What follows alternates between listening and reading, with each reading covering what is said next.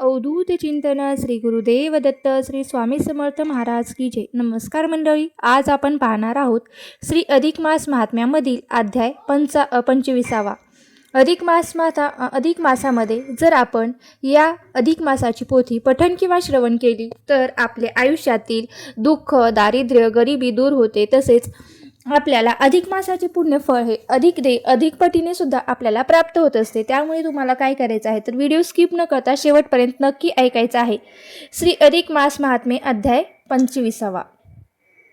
श्री गणेशाय नमः. प्रथम पूजेचा मान ज्यास तो शिव गौरीचा श्री गणेश वंदन करून या तयास लेखना आरंभ केला असे.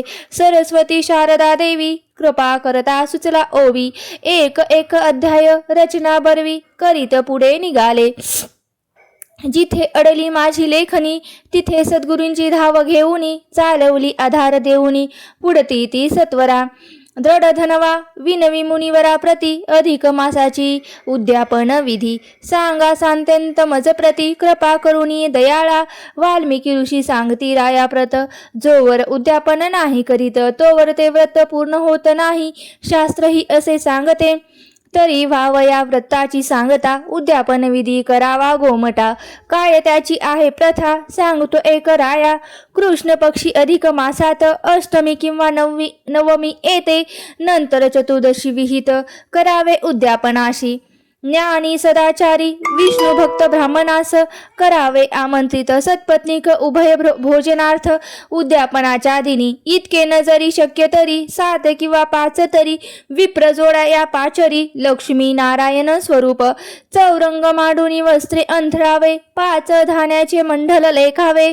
4 कलश स्थापित करावे. मध्य कलश हा 5वा सुवर्ण अथवा रुपयाचे ताम्र अथवा मृतिकेचे अछिद्र कलश पाण्याचे वरी ठेवावे. श्रीफल 1 अनिरुद्ध प्रधुम्न 1 संघर्षण वासुदेव 1. 4 कलश ते प्रतीक असती 4 देवांचे. मध्य कलश तो पुरुषोत्तमाचा मासभरी जरी पूजेचा त्याचा. त्याने मानसे त्या स्थानाचा हेच घ्यावे ध्यानात. बोलवून ज्ञाता ब्राह्मणापत पूजा करावी यथोचित. जप ध्यान पूजा समर्पण करावे 4 कलशांस. त्या स्थानीची देवता प्रसन्न होण्याकरिता स्तवन प्रार्थना अर्ध आदी देवता कार्यसिद्धी होत असे. 4 दिशेचे दीप 4 लावून पुरुषोत्तम पूजा वा सुंदर करावे उचित. पूजा उपचार प्रार्थना करावी मनोभावे. म्हणावे देव मधुसूदना यथाशक्ती मती पूजा स्वीकारुनी देई दया घना. करी कृपा मजवरी पापांचे होऊ दे क्षालन. घटो पाप वाढो पुण्य ही अधिक मास पूजा जाण केली असे मनोभावे. ती माझी देवा पूजा स्वीकारावी. अधोक्षका पूर्वी मनाची माझ्या काळजा भक्त वत्सला गोविंदा तुझी एक रक्षण करता. या उद्यापना निमित्ताने करिता येते कोणती दाने ती एक परम श्रद्धेने या अधिक मासात राजा. तुझ्यासारखे नुप्रती या जगी गुरुदाने करती. त्याची काय आहे पद्धती ती घेई ऐकू सांगतो. धेनुजी दान देणार शृंगारावी लागे सुंदर. झूल घालावी तिच्या पाठीवर गळ्यात माळा फुलांच्या. विप्रास देता धेनुदान संतुष्ट होई तो नारायण. दात्यास तो देई पुण्य अगणित. त्या दानाचे घृतपात्र तुपाचे भांडे ते पात्र द्यावे ब्राह्मणा ज्ञान. पवित्र सौभाग्य अलंकारासहित वस्त्र द्यावे विप्रभर्याला. भागवत रूपी धनदान द्यावे ब्राह्मणा लागून. त्या दाने जात्या जाण लाभतसे गोलोक वास. धातूची 33 पात्रे भरून अनारसे करावे दान. या अधिक मासात जेवढे छिद्रे असतील अनारसे तेवढी वर्ष वैकुंठवास लाभतसे दान करत्यास. महिमा असा हा दानाचा. विप्र निष्ठावंतांना भोजन देऊनी वरी हाती दक्षिणा ठेवून म्हणावे कृपा केली विनंती माझी स्वीकारुनी. हरिरूप तुम्हा लावून यथाशक्ती संतुष्ट केले मन. आता पाहिजे माझे पुरवले मनोरथासी श्रीहरी. लाभ या ईश्वर कृपा दृष्टी आचरिले यथा मते. न्यूनता जरी येथे काहीतरी ते पूर्ण करून घ्यावे. ते विप्र भोजन आणि पूजन करून मागुतीसह भोजन करावे. स्वकीया सोबत जन अन्नप्रसाद मानून तो भक्तिभावे. या अधिक मासात जे जे होई शक्य जे असं तेने दाने करीत भाग्यवंत भक्तिभावे जिंकवावे. स्नानदान आरती तीर्थाटन अथवा करिता देवदर्शन गोदान अन्न वस्त्रदान धनधान या मासेचे सत्कर्म करावे. ते फलित प्राप्त होय कर्त्याशी पुण्य त्याच्या पदराशी पडत असे शंका यात नको यात. गोग्रास गोमाता दर्शन या मासी करिता नित्य नियमाने पापांचे होई क्षालन पुण्यपदरी पडत असे. हरिचिंतनाची जीवास गोडी लागता त्याची एकदा आवडी मग संसारातून सवडी त्याची तोच काढत असे. जो जो उपाय असे असंभव तो करावा ठेवून भाव तो रमे महादेव भोळ्या भक्ती भावेत भाविका. नर नारी अथवा कोणी जे अधिकाची उपासना करुनी जोडती मती हरिचरणाशी भवसागरी ते तरती. भवबंधन तोडाया उपाय असे हा मुक्तीचा साधा सोपा भक्तीचा मार्ग सुगम सर्वांशी सांगत असे.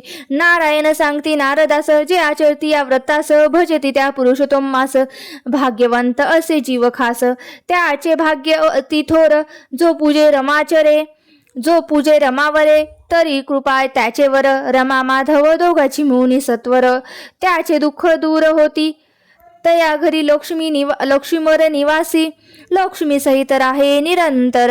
वाल्मिकी सांगती दृढ धनवाशी जे मी सांगिले तुझी पूर्ण धरून मानसी. साधी स्वहितास आता नको दौडू हाताची वेळ टपून बसला आहे काळ. मरण मिठी गळा पडेल सांगता येत नाही कधी.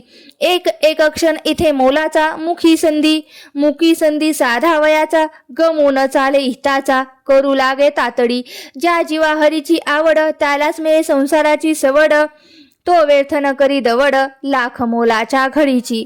हातची वेळ निघून जाता पश्चातापाविना शेवटी उरणार नाही काही. मनुजा हाता म्हणून सावध होई रे आता. स्वहितात सत्वर तू व्हावे जागृत हेच सांगतो पुत्र तुला प्रत. गत जन्मीची सुकृत ते ऐकून सुखवाणी संचित झाला मनी. त्याची मी फोड करून दाखवली आहे तुझ पशी. त्या ब्रह्मत नारद पुराणीचा अधिक मास उद्यापन विधीचा अध्याय इथे पूर्ण झाला. अधिक अध्याय मास महात्म्याचा पुन्हा इथे झालाशी पूर्ण. अरुण विनवणी करी खास स्वीकारा प्राकृत रचनेस. 25वा अध्याय हा हरिचरणा प्रेम भावे समर्पितो. इति श्री अधिक मास महात्मे 25ोऽध्याय समाप्तः. श्रीकृष्ण चरणार्पणमस्तु. ओम नमो भगवते वासुदेवाय नमः. आता आपल्याला काय करायचं आहे तर हा अध्याय आपल्याला मराठीमध्ये त्याचा भावार्थ जाणून घ्यायचा आहे. तर श्री अधिक मास महात्मे अध्याय 25वा. अधिक मासातील माहिती म्हणजेच काय तर उद्यापनाची माहितीचा हा अध्याय आहे. उद्यापन कसं करायचं त्याची विधी कशी आहे हे या अध्यायामध्ये सांगितलं आहे. या अध्यायात दृंडधवा म्हणजेच मुनिवरांना विनंती करतो की तुम्ही मला अधिक मासातील व्रत उद्यापनाची माहिती द्या. तेव्हा वाल्मिक ऋषी सांगतात की जोवर व्रताचे उद्यापन केले जात नाही तोवर तू केलेले जी उपासना आहे ती पूर्णत्वाला जात नाही. म्हणजेच काय तर तू जी अधिक मासाची उपासना केलेली आहे तर त्याचं काय करायचं असतं तर तुला उद्यापन करायचं असतं. या उद्यापनासाठी कृष्ण पक्षातील अष्टमी किंवा नवमी नाही तर चतुर्दशी ही योग्य तिथी आहे. या दिवशी 33 विप्र दाम्पत्यांना म्हणजे 33 दाम्पत्यांना भोजनासाठी बोलवावे. जेवढे जमतील तेवढ्यांना तू कमीत कमी 5, 7, 11 जेवढे जमतील तेवढे तू त्यांना दाम्पत्य म्हणजे दाम्पत्याला जेवू घालावे. या दिवशी उपासकाने प्राप्तकाळी उठावे. स्नान म्हणजे सकाळची सर्व कर्मे करून शांत प्रसन्न चित्ताने पूजास्थानी येऊन बसावी. पूजास्थानी एक चौरंग मांडून त्यावर वस्त्र अंतरावे आणि नंतर काय करायचं आहे तर धान्याचे 5 मंडल काढून त्यावर 4 दिशेला 4 असे 4 व नित्य पूजा कलश केलेल्या कलश मध्ये असा 5वा कलश म्हणजे काय करायचे आहे तर 5 कलश मांडायचे आहेत. आणि 5 कलश मांडून जो मधातला कलश असतो तो पुरुषोत्तम मासाचा असतो. आता ब्राह्मणाला बोलून त्यांच्या मार्गदर्शनाखाली आपल्याला विधिवत अशी भगवान पुरुषोत्तमाची ही पूजा करायची आहे. नंतर आरती नैवेद्य करावा आहे. देवास प्रार्थना करायची आहे. देवा मधुसूदना यथाशक्ती यथामती मी तुझी हे व्रत पूजा पूर्ण केलेली आहे. तू त्याचा स्वीकार कर. माझ्याकडून काही जरी चूक वगैरे झाली असेल तर मला प्लीज क्षमा कर अशी त्यांना मनोमन प्रार्थना करायची आहे. आणि प्रार्थना झाल्यावर यानंतर काय करायचं आहे तर वाल्मिकी राजाने या मासानिमित्ताने करायच्या गोदान लगेच काय म्हटलेलं आहे की तुला जसं जमेल तसं गोदान अन्नदान वस्त्रदान दीपदान अपूपदान यांसारख्या दानाची माहिती सुद्धा त्यांनी रीतसर त्यांना सांगितलेली आहे. विप्र प्रजनांच्या दानाचे विप्रदानाचे महत्त्व, दक्षिणेचे महत्त्व तर समजावून सांगितले. आणि पुढे असेही सांगितले की या मासाचे अधिकाधिक पुण्यपदरी जोडण्यासाठी ज्याला ज्याला शक्य आहे त्याने आवश्यक हे अधिक मासाचे व्रत करावे. या महिन्यात केलेल्या नित्यनियमाच्या व्रतचरणाच्या पालनाने उपासकाच्या म्हणजेच उपासाचे पालन करणार आहे त्याचे पापाचे क्षालन होते, त्याच्या पदरात पुण्याची सुतुरी पडते. या अधिक मासात जो कोणी लहान मोठे व्रताचरण करतो त्याच्या पदरात त्याचे पुण्य निश्चितच पडते. भगवान पुरुषोत्तम त्यांच्यावरती कृपा करतो. वाल्मिकी सांगतात की राजा, यासाठी माझे तुला हेच सांगणे आहे की तू माझ्या जन्माचे सार्थक करून घे. हीच अधिक मासाची उपासना आहे. इथेच ब्रह्मद नारद पुराणेचा अधिक मास उद्यापन विधी वर्णन करणारा अधिक मास महात्म्याचा 25 अध्याय पूर्ण होतो. जर तुम्हाला ही कथा किंवा अध्याय आवडला असेल तर व्हिडिओला नक्की लाईक करा. चॅनलवरती नवीन असाल तर सबस्क्राईब करायला विसरू नका आणि आपल्या मित्र परिवारासोबत हा व्हिडिओ जास्तीत जास्त शेअर करा. आणि हा व्हिडिओ जर तुम्हाला आवडला असेल तर नक्की लाईक करा. आणि हा व्हिडिओ तुम्ही शेवटपर्यंत पाहिल्याबद्दल मी अगदी तुमची मनापासून खूप खूप आभारी आहे. आणि कमेंट बॉक्समध्ये ओम नमो भगवते वासुदेवाय नमः लिहायला विसरू नका. आणि हा व्हिडिओ कुठून पाहतात तेही लिहायला विसरू नका. धन्यवाद.